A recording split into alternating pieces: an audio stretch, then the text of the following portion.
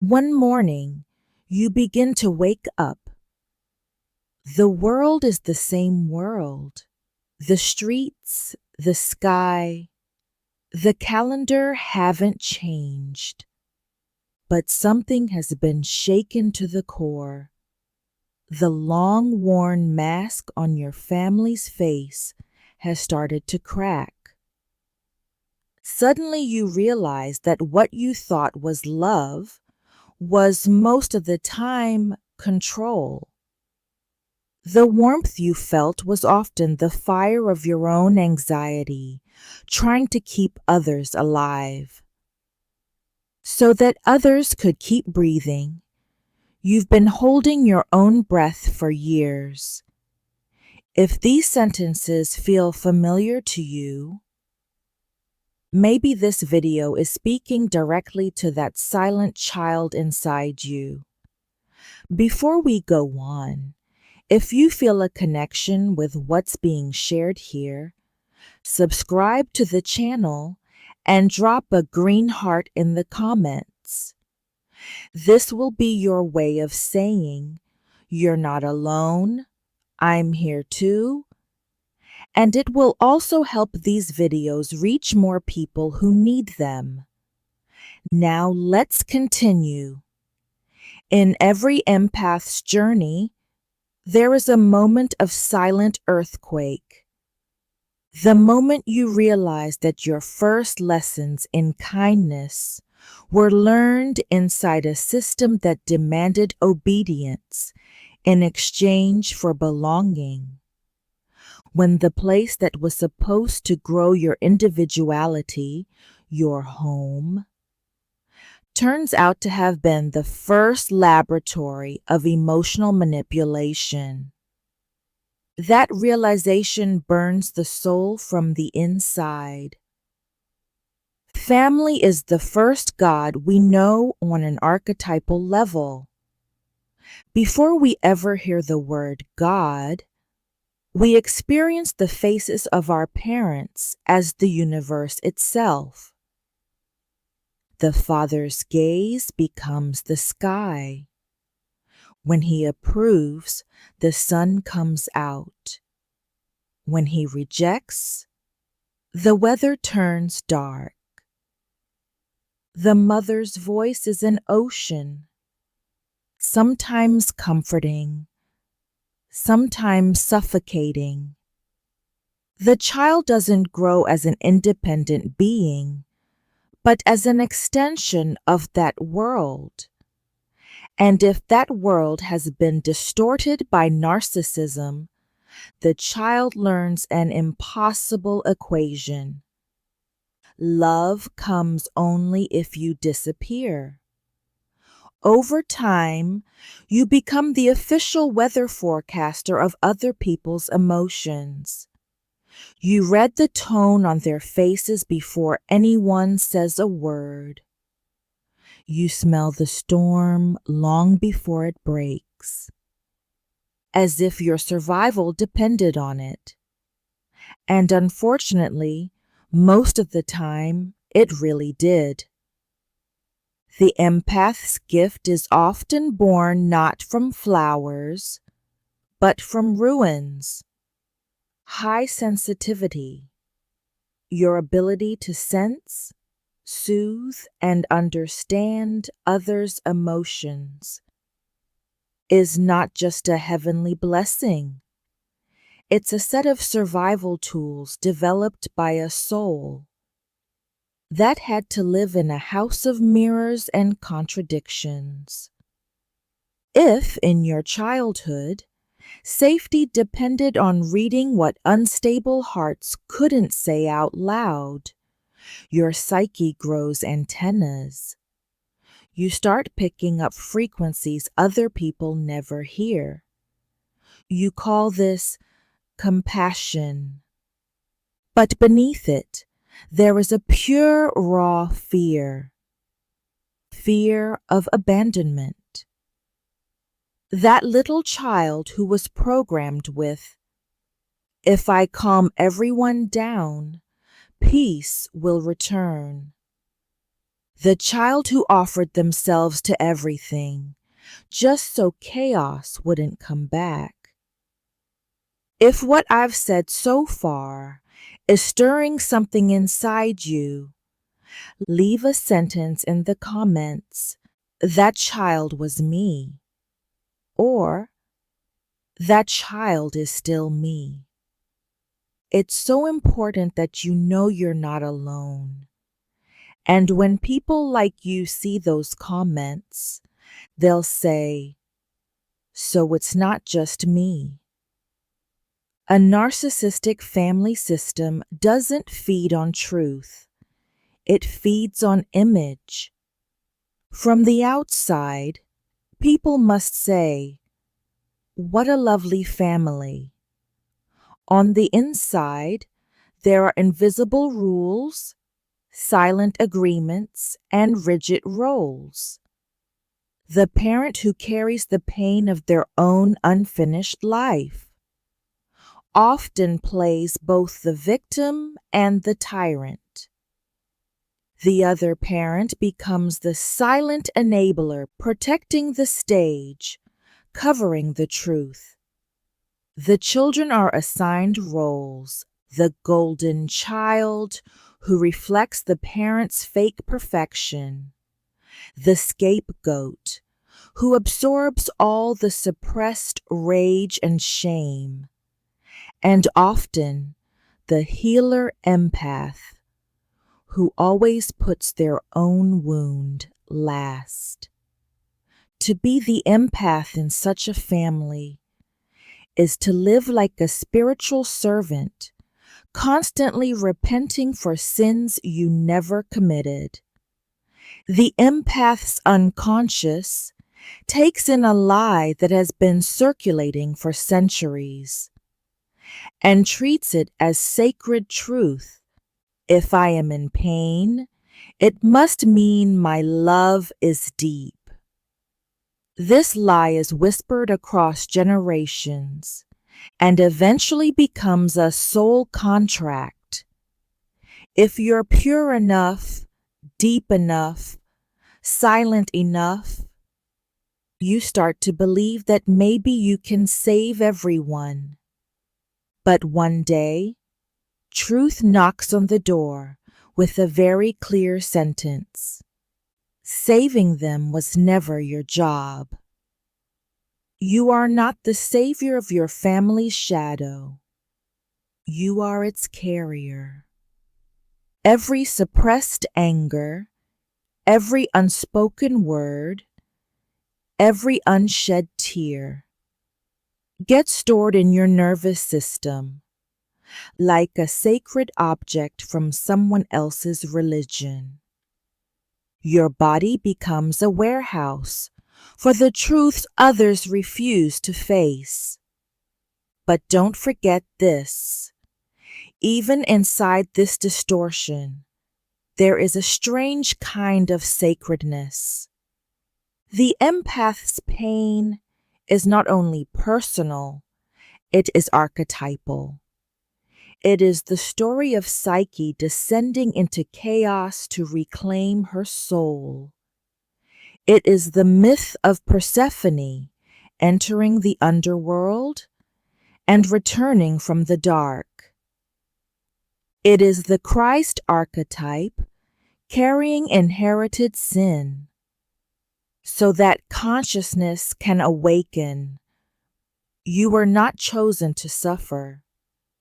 You were chosen to see the wound that binds humanity together, and that seeing always begins at home. One day you noticed something. What you called compassion had fear mixed into it from a very early age. Your love had terror buried inside it, the terror of being left. And that's when something inside you begins to wake up. The emotions you once poured outward start turning inward. You see that the narcissist's need for control, was actually their attempt to silence their own inner chaos. And your urge to save was your way of running from your own helplessness. In truth, you were two sides of the same shadow, one dominating, one sacrificing, both running from the same wound. The real breaking point is here. The empath begins to awaken the moment they stop performing a role. When you stop parenting your own parents, when you stop being everyone's therapist, walking away from such a system is not cruelty. It is what Jung called individuation. Every family has its own myth, its own hidden law. This is who we are. These things we talk about. These things we never say. The empath's awakening requires the courage to betray this unwritten family book in favor of truth. At first, it feels like a kind of death, but what dies is only this: the false self that destroys itself to be loved, the good child, good person identity that calls every boundary a betrayal, the false belief that there can be harmony without honesty. In therapy, we've seen over and over how people reach this threshold with their lungs full of guilt. The guilt of feeling joy while their mother is still sad. The guilt of staying silent when the father demands loyalty. The guilt of saying no to a sibling who only calls when they need something. And I have often said to them, and I am saying it to you now, guilt is not proof that you've done something wrong. It is proof that you are standing at the edge of your freedom. That feeling is the internalized family voice speaking, if you become yourself, you're abandoning us. To get free, you must stop seeing guilt as an enemy and start seeing it as a compass. Every time it shows up, know that you've come close to the border of your liberation. The narcissistic family is a psychological vampire, not because it wants to destroy, but because it is terrified of its own inner emptiness. The narcissist cannot bear that pitch black void inside, so they try to fill it with admiration, attention, drama. They turn the empath into a mirror that never stops reflecting and never stops feeding them. The empath, on the other hand, equates peace with self-abandonment. As long as there's no conflict, I'm safe. And so they become the perfect source. Endless understanding, endless tolerance, endless availability, and the cycle continues. The narcissist feeds, the empath fades. Both keep running from the hell of their own unprocessed pain. Until one day, the empath finally finds the courage to turn inward. The gaze that once scanned others for danger begins to turn inward and ask, what do I feel? What do I want? Where am I in all of this? And you see, under your compassion, there is suppressed anger. Under your kindness, there is heartbreak. Under your patience, there is a heavy stone-like exhaustion. These are not your bad sides. They are your exiled emotions. The ones you were never allowed to fully feel as a child. To reclaim them is to resurrect yourself. Not the persona that exists to please others, but the authentic self that can hold both light and shadow. They say, family is where we first learn love. That's true. But for the empath, family is also where they first learn to disappear. The path of healing asks you to go back to the moment you disappeared and choose differently. You return to that little child inside you, the one who read every expression, studied every tone of voice, walked on eggshells to not upset anyone, and sacrificed themselves for a little bit of safety.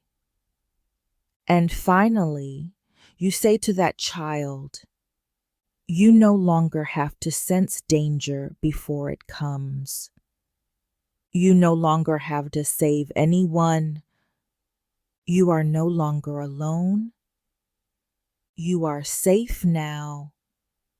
If your eyes filled with tears while hearing this, you can simply write in the comments, I am safe now. That becomes a new promise you make to yourself and a light of hope for other tired hearts listening to this video. Then grief comes because you realize you've built your entire identity around healing others. If the title of rescuer is taken away, who is left? What if I'm no longer the healer? What if I'm no longer the good person who carries everyone's burden? Who am I then? This period of identity loss is sacred. The same emptiness the narcissist has been running from their whole life becomes the doorway to your freedom, the doorway to your light.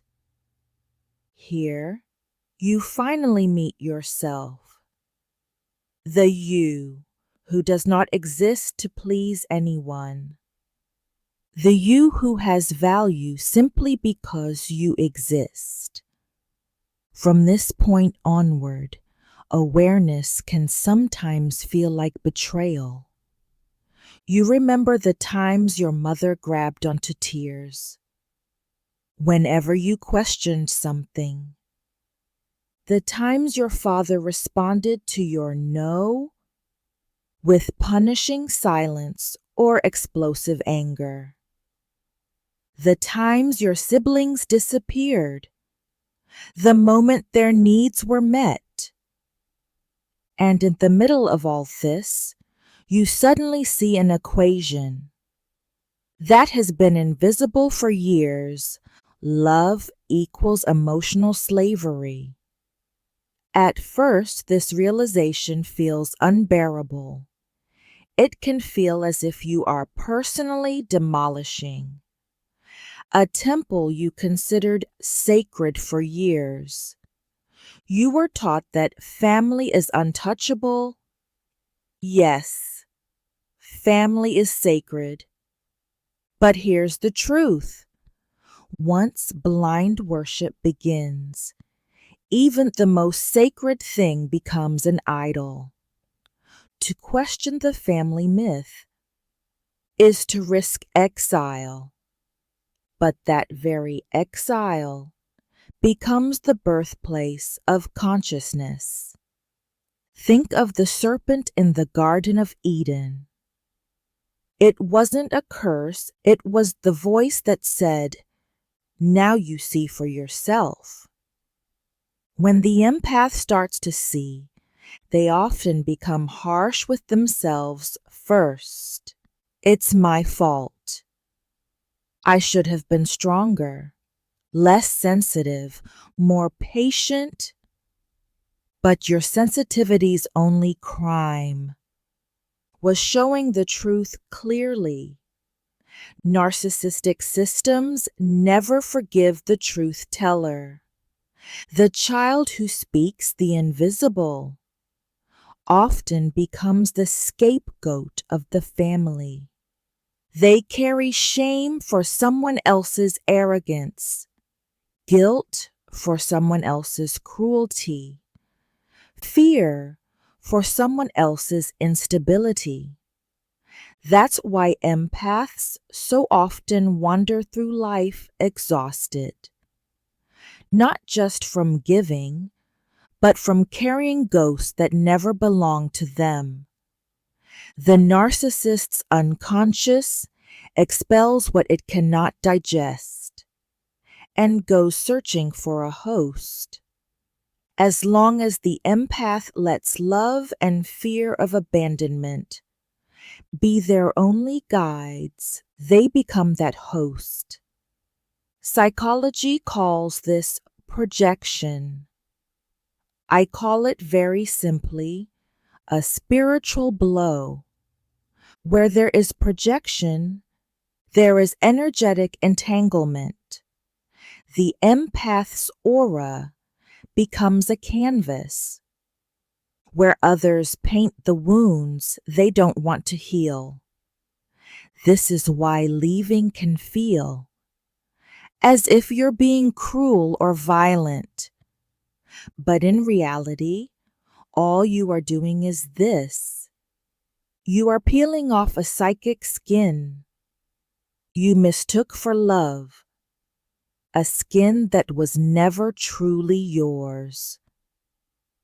People often think individuation is a kind of self-improvement project. It's not. Individuation is not polite. It is the quiet, radical rebellion of the soul against every internalized tyrant. As you walk this path, a familiar voice rises within. You're selfish. You forgot your duty. You owe them.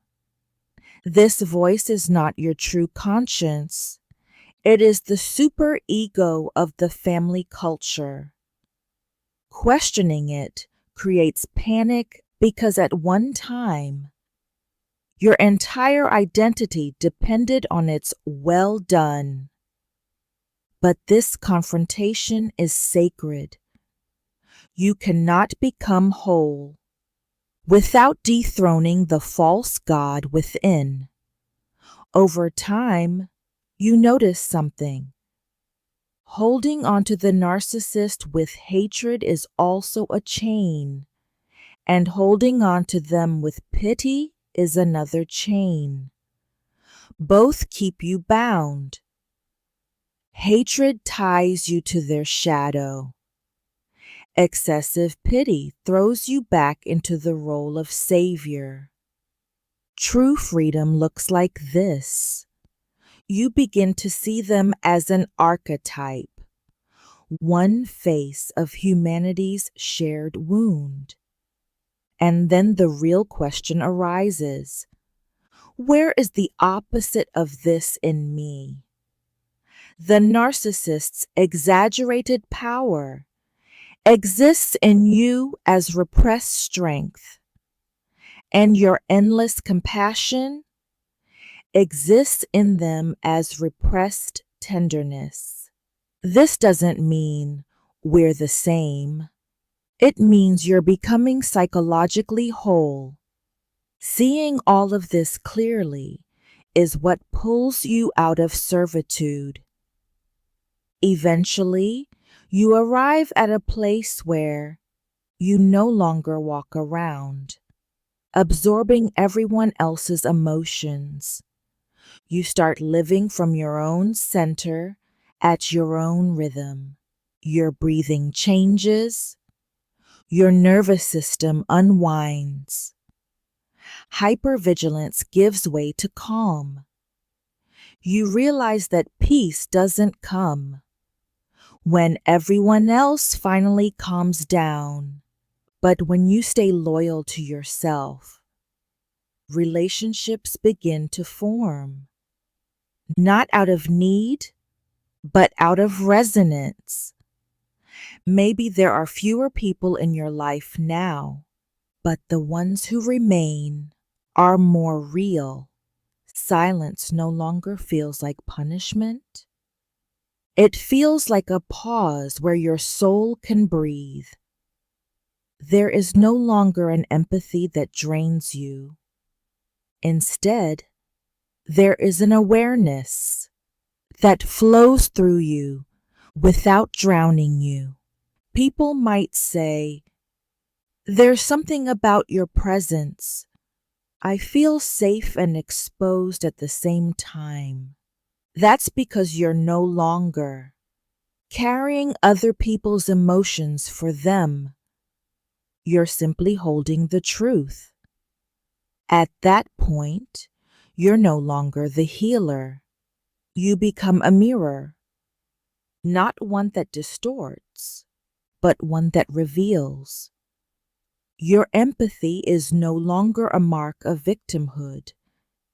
It is a power. You can love without chaining yourself, feel without losing yourself, remember without reopening every wound. And one night, as you sit alone in the dark, a sentence rises from somewhere deep within. This was never just about them. And a deep silence answers, it was always about you remembering. You were never truly condemned to your pain. You were only dreaming. If at any point while listening to this video you thought, "This is my story," please share a few words in the comments. On this channel, we talk about stories like this: family shadows, empathy, narcissistic systems, Jung's mirror, and the long road of returning to yourself. If you'd like to walk this journey together, subscribe to the channel, turn on notifications so you don't miss any message that might speak directly to your soul. And don't forget, you are not too much. You are not wrong. You are the one choosing your own light. You are a soul that finally turned its light back on.